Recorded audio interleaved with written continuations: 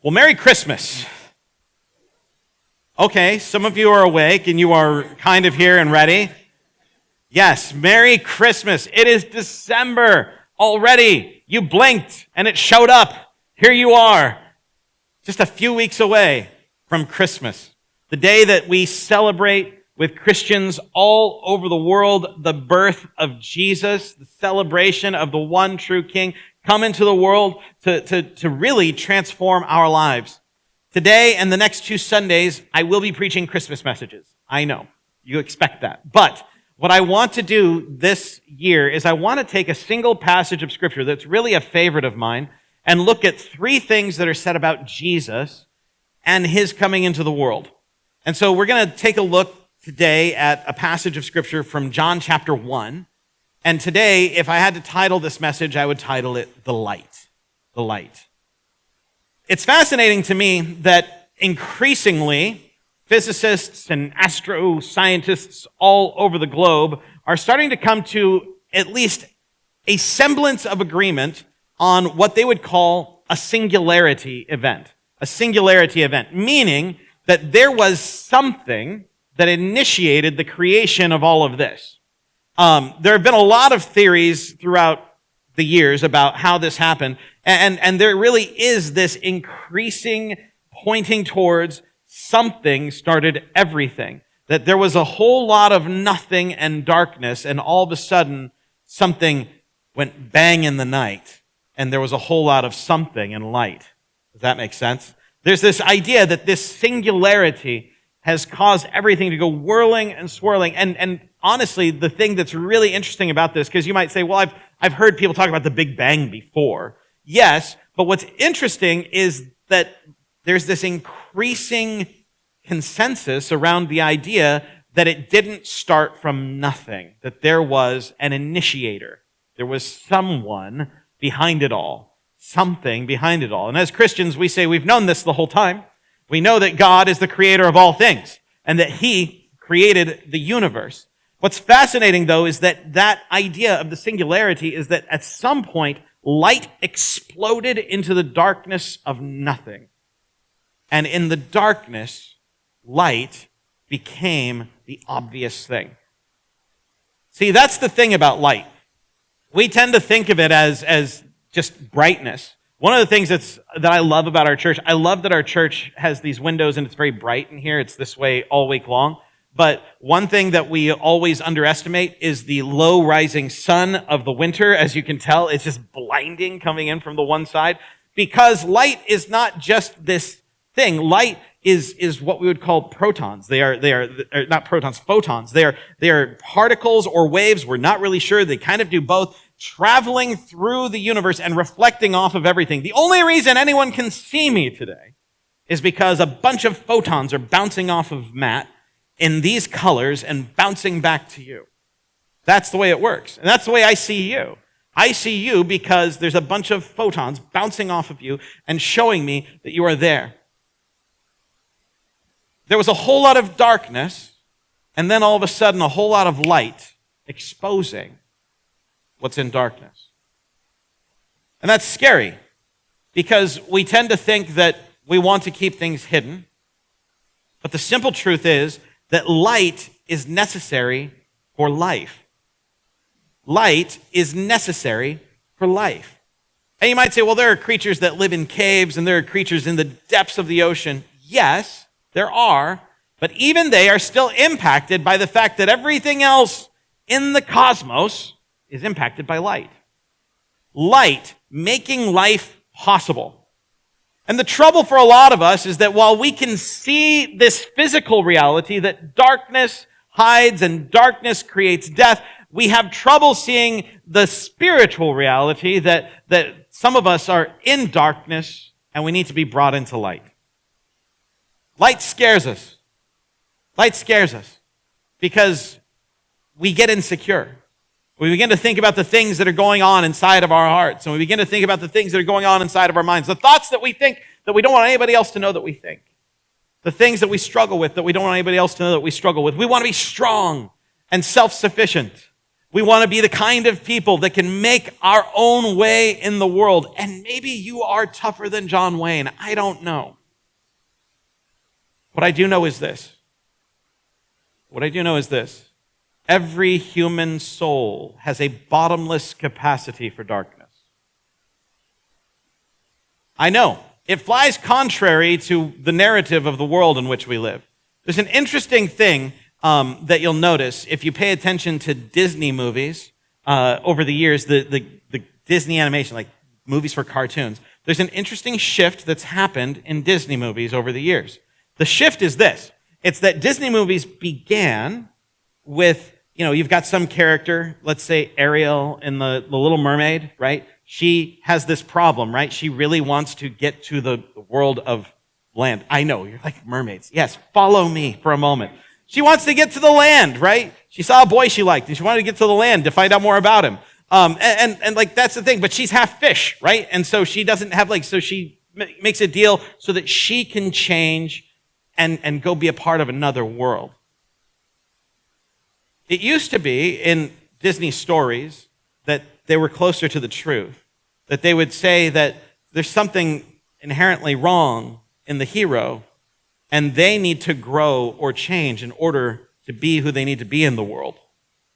The flip now is you go to the movie Frozen, and you've got Elsa, a literal ice queen, okay? Like a literal ice queen. And the whole point of the story is she needs to be more herself and everybody else needs to be okay with it.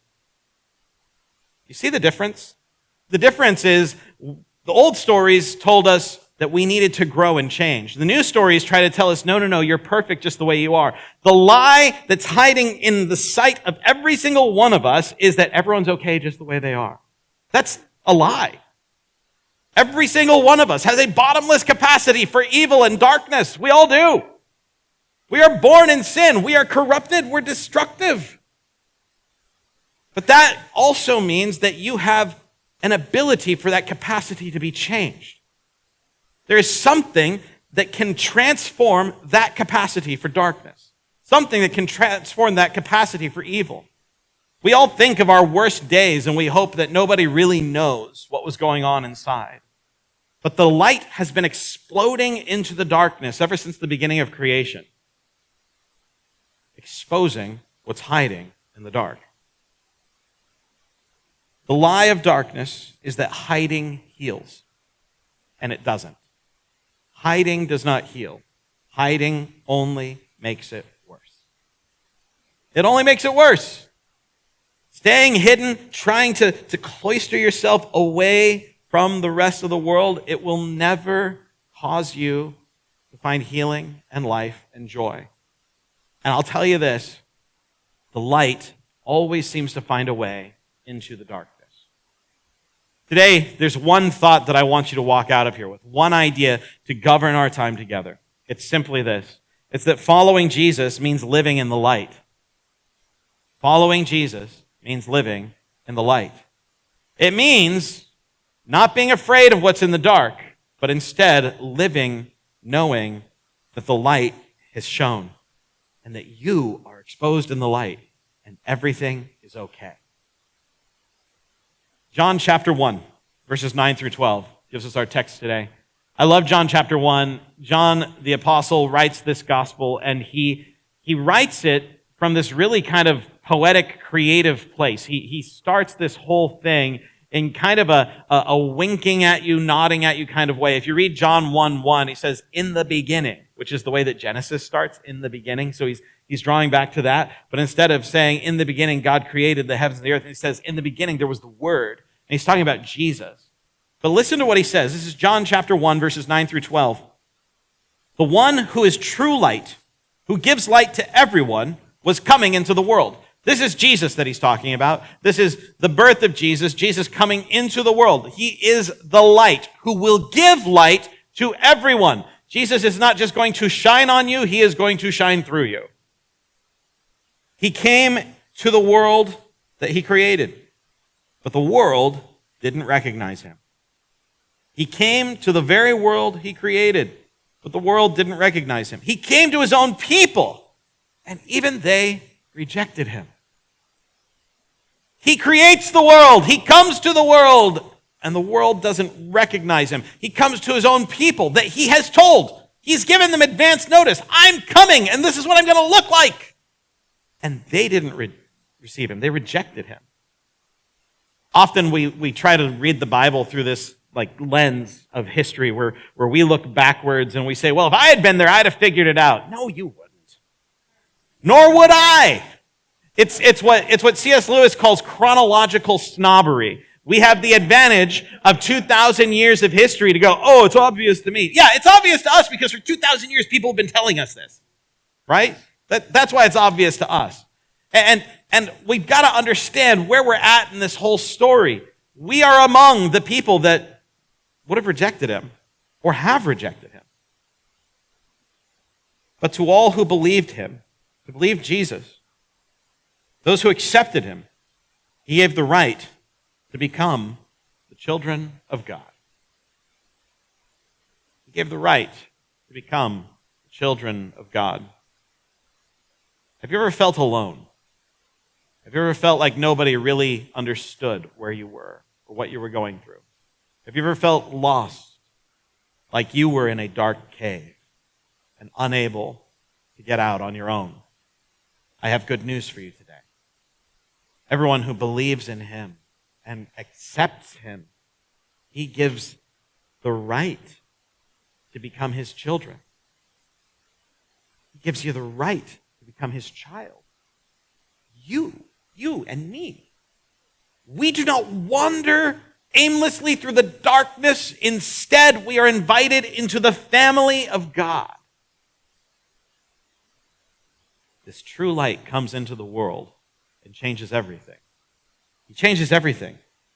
The reality is this: no matter how dark the darkness, there is hope. No matter how dark the darkness, there is hope.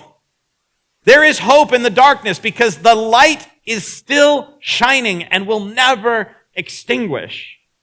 He is brighter than any dark day. He is brighter than any dark night. He is the light of the world, the light of all men. And he welcomes you.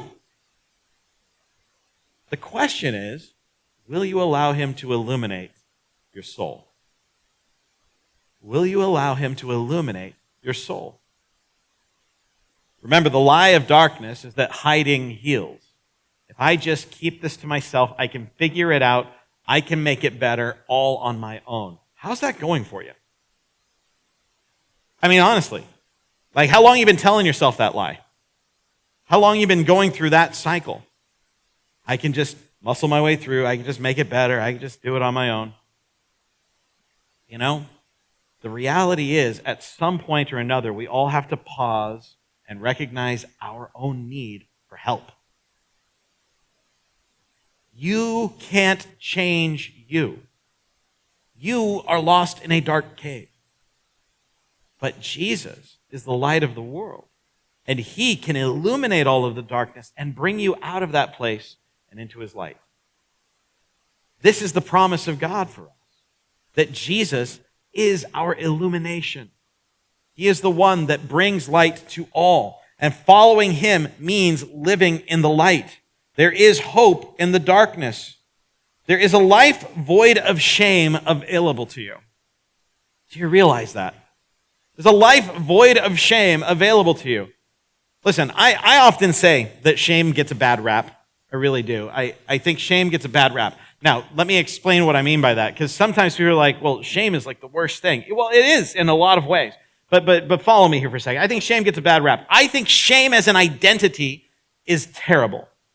If you go through life and all you can see in yourself is your shame and all of that, it's terrible. But if you happen to do something that's really shameful, you should actually probably feel a little bit of shame about what you've done. Does that make sense? Now, I'm not saying to carry it as an identity. I'm saying to not separate yourself from reality.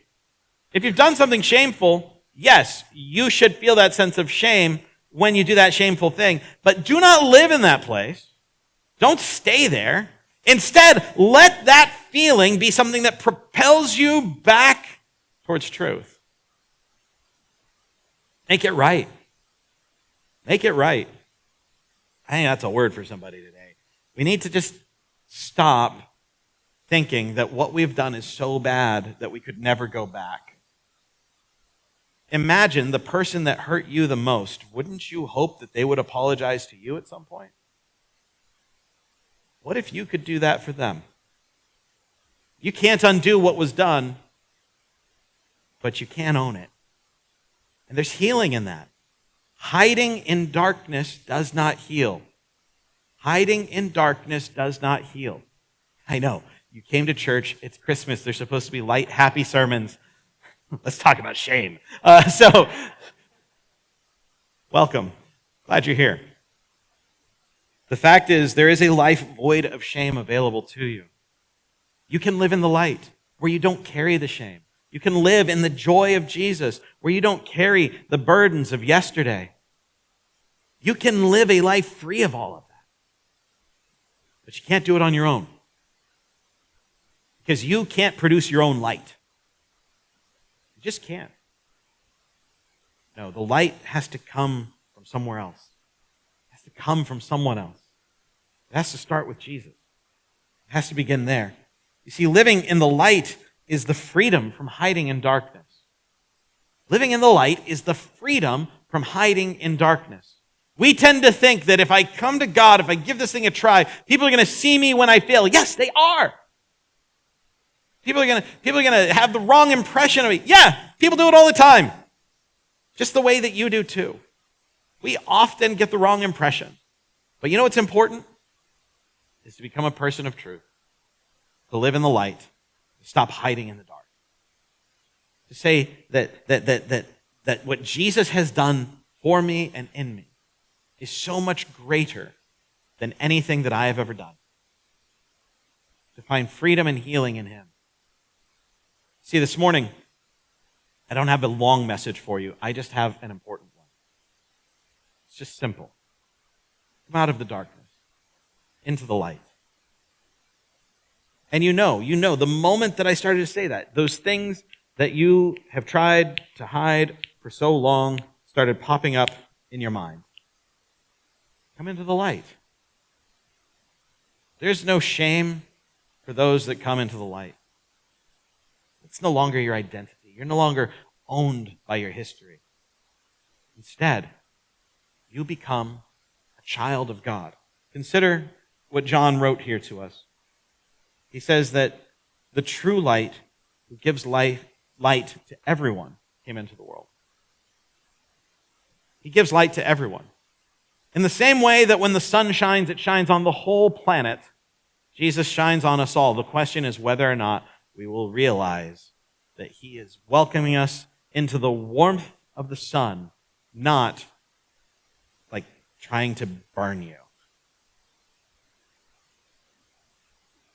If you're at all like me, you have to be considerate when you go out in the sun. This is different than that. If you will just receive and accept Him, health and joy and forgiveness and peace can be yours today. The world didn't recognize Him and even rejected Him. But today, I think Jesus has made plain to you. You are here. Not on accident. Maybe you showed up because you were like, it's the Christmas season. I should probably go to church. But hear me, we do this all year. Like, we're here just about every Sunday. But follow me here. Like, this invitation from Jesus to live in the light, it may feel foreign at first. It may feel unusual at first. And it probably should. Because it means being someone and living a life different than what you have been and what you have done up to this point. This is what it is to live in the light. It is to come out of darkness and to walk with Him. To walk with Him. But here's the real joy. All who believe Him and accept Him, He gives the right to become the children of God. That's all it takes. For you to believe and accept, you can become His child. And listen, some of us, when we hear that, we have some reservations. because maybe we've had bad experiences with parents. He is a good father. He's the kind of dad that everybody wishes they had. Right? He's the father that cares for his children and provides for them and protects them and guides them. Is he going to hold you accountable? Yes, but from a place of love and concern. So often people get hung up on, well, if I try this Jesus thing, if I try to live in him, I try to follow him, then it means I have to be perfect. No, it just means you have to be willing to be perfected. You have to be willing to be changed. That's the difference here. Christians aren't perfect. They are on a trajectory of being perfected. Just like you would take anything that needs a little bit of fine-tuning. There's a metaphor that's used throughout the Bible over and over again, talking about a refining fire. If you have precious metals like gold, dig that out of the ground, and usually what you get is a form of ore, right? You've heard that. It's gold ore, and that means that the gold is like, it's in the rocks, and the rocks are in the gold, and it's all mixed up, and you can't really make a nice piece of jewelry with that. So you have to heat it up and melt it, because the gold can handle the fire. That's why it's such a precious metal. It can handle the heat. It'll melt, sure, but it won't stop being gold. But all the other stuff, it'll burn off. This is what we talk about when we talk about being perfected. It's God transforming your nature, burning away the things that he never wanted there in the first place, so that you can become his child. It's not being perfected. The challenge for us is, will we stay in darkness or will we step into the light? Will we stay in darkness or will we step into the light? Because the fact remains that following Jesus means living in the light. It means staying in that place where we can look at him and he can look at us.